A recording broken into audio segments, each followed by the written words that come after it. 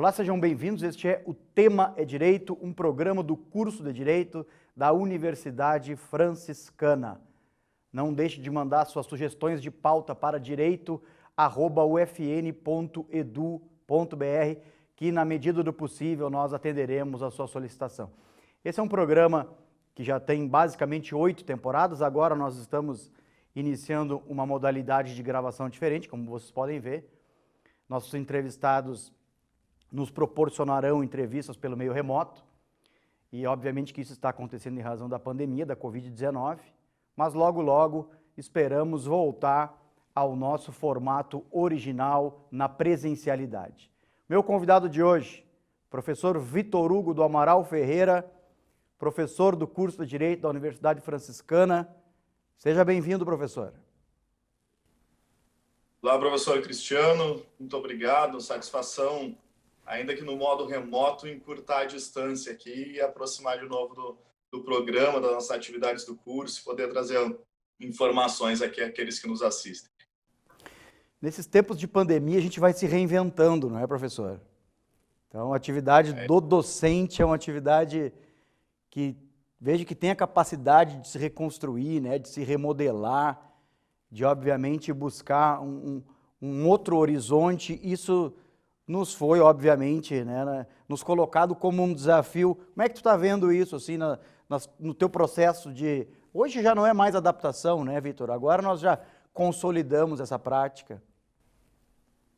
Na verdade, o mundo está sempre em constante transformação, né? O que aconteceu em função da pandemia é que essa disruptura, essa quebra de paradigma, ela aconteceu de um dia para o outro, né? Então, nós nos adaptamos a algo que não conhecíamos, não tínhamos vivenciado isso nessa proporção, uma adaptação tanto de alunos quanto de professores, e como você colocou, em algum momento ela se torna salutar, porque a gente começa a tirar proveitos e resultados de um outro cenário que nós não conhecíamos, né? Por exemplo, todo esse espaço virtual de aula, de webinar, de live, nunca se produziu tanto conhecimento, tanta informação quanto nesse período, né? Nunca se socializou, nunca se trouxe tanta informação quanto nós estamos vivendo agora. Tu coordenas um projeto muito interessante aqui na Universidade Franciscana, que é o projeto do superendividamento, um projeto pioneiro e que recentemente, inclusive, assumiu uma dimensão nacional, não é, professor? Eu digo isso porque houve a divulgação do projeto no Jornal Nacional, num jornal talvez o maior jornal televisivo brasileiro, um jornal que tem uma história, e tivemos a oportunidade de presenciar uma reportagem com esse projeto, em que o senhor foi ouvido, falou em nome do curso, em nome da instituição, em nome do projeto, por óbvio. Mas eu queria que tu falasse um pouquinho mais sobre esse projeto, Vitor. Como tudo começa lá e como é que ele se desenvolve até chegar hoje? Bom, professor Cristiano, o projeto ele surgiu em 2008, tá? E ele foi uma iniciativa que tem a sua nascente, a sua fonte lá em 2006, quando no Brasil começou a se trabalhar o tema do superendividamento, que é um tema já bastante trabalhado em países de economia saudável, tá? Nós temos a França, por exemplo, que é um dos países que tem uma legislação pioneira na proteção e defesa dos consumidores superendividados. Esse discurso começou a ser feito no Brasil em 2006 e, por força do movimento da Universidade Federal do Rio Grande do Sul, junto do Tribunal de Justiça do Estado, foi criado um projeto piloto. E esse projeto acontecia nas comarcas do interior e também na própria capital. E em 2008, isso aconteceu em Santa Maria. Então, era uma junção do Poder Judiciário, da Prefeitura Municipal e da Universidade Franciscana, na época, então, a Unifra, né, para que acontecesse esse atendimento. Depois, o projeto foi evoluindo, as outras entidades, o Poder Judiciário, por exemplo, tomou um outro rumo com o projeto, mas de 2010 em diante, então, o projeto ele acontece única e exclusivamente nas dependências da instituição, né, vinculado ao nosso convênio com a Prefeitura Municipal, junto ao PROCON. Então, o PROCON recebe os nossos alunos acadêmicos do direito, eles desenvolvem essa prática ligada às práticas de estágio em direito do consumidor, junto ao PROCON de Santa Maria. E, de forma resumida, o atendimento dos consumidores se dá pelo um acolhimento, um primeiro momento de nós acolhemos essas pessoas, é feita uma grande reunião com elas, um segundo momento que é a entrevista, e é um momento muito rico, professor, porque durante a entrevista nós conseguimos montar o perfil daquela pessoa. Quanto ela tem de renda, quanto é a margem de endividamento dela, quem são os dependentes daqueles valores, quem são os credores, inclusive se monta um mapa de quais são os principais credores em Santa Maria. Né? E a terceira parte é, então, a audiência, onde nós chamamos todos os credores daquela pessoa e é celebrada uma audiência, então, também nos nossos espaços institucionais, celebrada também pelos nossos alunos, e isso que deu uma repercussão positiva e nacional ao projeto, porque hoje é o projeto com mais tempo de existência nesse modelo de atendimento no Brasil. Tá? E é também, desde 2011, apontado pelo Ministério da Justiça como o primeiro projeto de atendimento a consumidores superendividados do interior do país em uma parceria acadêmica, em que uma instituição de ensino que realiza essa atividade. Então, em função dessas questões, o projeto teve uma repercussão e um efeito em território nacional. É, sem dúvida, hoje um projeto modelo e referência para o país. Professor, qual é a sensação, a adrenalina de presenciar um projeto de que você cuidou desde o início, né? Um projeto lapidado? A sensação de viver isso tomar a proporção que tomou com essa reportagem que foi ao ar lá no Jornal Nacional? A sensação é sensacional, né, professor? Fazendo aí uma redundância ao termo.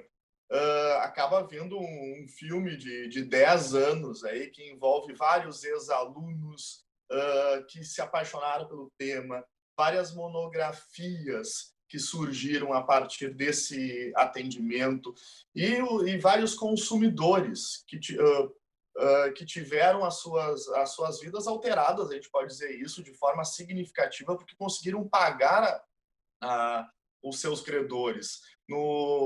Nessa matéria no Jornal Nacional não ficou específico, mas o consumidor que presta a entrevista, que é o Altair, é um consumidor aqui de Santa Maria. Né? Então, em rede nacional, nós colocamos um consumidor que passou pelo projeto.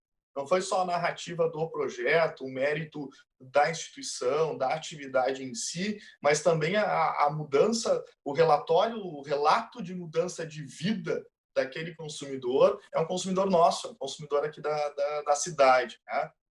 Essa semana também nós tivemos uma grata surpresa, porque uma das nossas ex-alunas, que foi bolsista do projeto, fez a monografia dela sobre o tema do superendividamento e a dignidade do consumidor. Esse artigo dela foi selecionado para a revista do STF, como um dos artigos referência também no tema. Está na biblioteca do STF o artigo que foi produzido por uma aluna nossa, que está ligado também ao projeto. Então, a satisfação é tremenda. É de fato um encontro aí de um momento de coroarmos o ensino, a pesquisa e a extensão em direito do consumidor, no caso específico. Evidentemente tem um trabalho de pesquisa bastante profícuo nesse caso, professor, mas a característica extensionista do projeto ela é muito marcante. Né? E ela revela essa via de mão dupla, que acaba sendo uma via absolutamente necessária entre universidade e sociedade. Como é que tu vê os desafios e as conquistas desse projeto a partir dessa aproximação, dessa via de mão dupla entre universidade e sociedade, cada vez mais intensa? A mostra de uma situação bem pontual, professor. A semana retrasada, tem alguns dias, eu fiz a aula inaugural da Universidade Federal de Pelotas. E a UFPEL está justamente trabalhando a curricularização da extensão aos moldes do que nós já fizemos aqui, do trabalho árduo que a coordenação e todos os cursos tiveram. E o tema era justamente a sua pergunta, né? Essa relação de ensino, pesquisa, extensão e sociedade. E, de fato, é um projeto que ele é marcado pela extensão, mas essa tríade ela tem uma lógica que é muito bacana, e esse é talvez o grande norte de se falar de extensão. A extensão não é simplesmente uma prática na rua, uma prática além dos muros e das paredes da instituição. Quando a instituição ela se coloca na extensão e ela colhe informações que ela não teria no aspecto teórico, a função principal agora passa a ser teorizar, apresentar uma resposta para aquele problema, né? E isso vai vir da pesquisa, é uma via inversa. Então, o grande desafio hoje do projeto, com mais de 10 anos de funcionamento, é nós já identificamos o problema, nós já atendemos os consumidores, já temos resultados positivos, mas hoje nós temos que apresentar mais do que isso, nós temos que apresentar uma solução, tá? Nós temos que apresentar uma proposta de solução a essa questão do endividamento. E isso vai se dar pela pesquisa, mas essa pesquisa só é possível porque nós colhemos dados e informações da vivência da extensão. Então, é um contexto prático que envolve essa tríade que é fantástico também,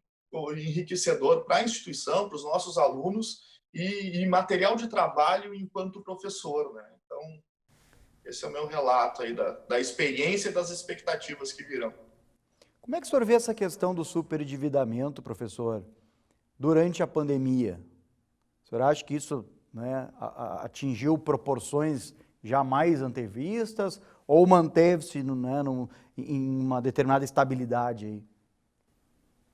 Os índices já apontam, professor Cristiano, um aumento do endividamento dos consumidores, das famílias brasileiras, desde o que foi declarada a pandemia, tá?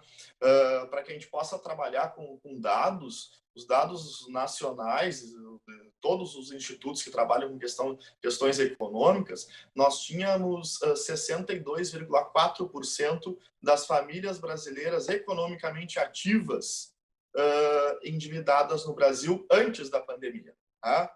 Esse número pós-pandemia, nos 4 primeiros meses de pandemia, ele é um número que já superou 70%. Então, o processo do superendividamento é um processo crônico. Tá? Nós podemos falar que o Brasil é uma pátria de parcelas, e uma pátria de parcelas não pagas. E, em função disso, nós temos um superendividamento que surge hoje como uma situação, um questionamento em torno da necessidade de uma política pública de atendimento a consumidores superendividados. Porque, diferente do que possa se entender, não é um atendimento para proteger a inadimplência, não é um atendimento para proteger o consumidor que compra e não paga de má fé. Não. Hoje, se esse consumidor ele é excluído da relação de consumo porque ele não tem mais condição de crédito, o produto vai sobrar na prateleira. E o produto que sobra na prateleira não exige tantos funcionários na indústria. E, por consequência, se a indústria não está produzindo tanto, porque não está tendo a demanda da vazão desse produto, ela não precisa de tantos funcionários. Então, quando se fala da proteção do consumidor superendividado, é a proteção do mercado antes de qualquer coisa. Tá? Existe também a expectativa de que a proteção dos consumidores endividados atuais hoje no Brasil recolocaria no mercado de consumo 555 bilhões de reais. Tá? Isso significa, num tempo em que muito tem se falado de reestruturar a economia brasileira em função de tantas outras coisas, mas principalmente em função da Covid-19, nós temos a aprovação desse projeto de lei 3515 de 2015, é uma injeção de ânimo na economia também, porque reabilita esses consumidores a exercer uma cultura de pagamento e o tema que nós estamos chamando aqui no meio do direito consumidor, entre os consumeristas, está se criando aqui um status que é o direito de recomeçar. Isso já acontece na pessoa jurídica, quando tem todo o processo de recuperação judicial. E nós não temos instituto igual para a pessoa física. Então, o que se constrói aqui dentro de um aspecto mais fraterno é a ideia de um direito de recomeçar, um direito de se restabelecer economicamente, e isso traz, sem sombra de dúvida, a dignidade para o consumidor também. Vitor, agradeço imensamente essa oportunidade de conversar contigo a respeito dessa questão tão importante que é o superendividamento e desse projeto que tu coordenas há tanto tempo aqui, e te dizer que as portas do estúdio aqui sempre abertas ao querido professor. Sr. Cristiano, eu que agradeço a oportunidade de falar mais uma vez sobre esse projeto que é nosso, leva a nossa instituição, o nosso curso, e agora com a repercussão nacional carrega também a nossa cidade, o nosso estado. Tá? Fico muito grato aqui pela oportunidade, não só desse espaço, mas as oportunidades que a coordenação e a instituição, de modo geral, me proporcionaram, né? Inclusive coordenar e realizar esse projeto. Muito obrigado. Este foi o Tema é Direito de hoje. Este é um programa do curso de Direito da Universidade Franciscana. Não deixe de mandar suas sugestões de pauta para direito@ufn.edu.br. Até a próxima, um grande abraço.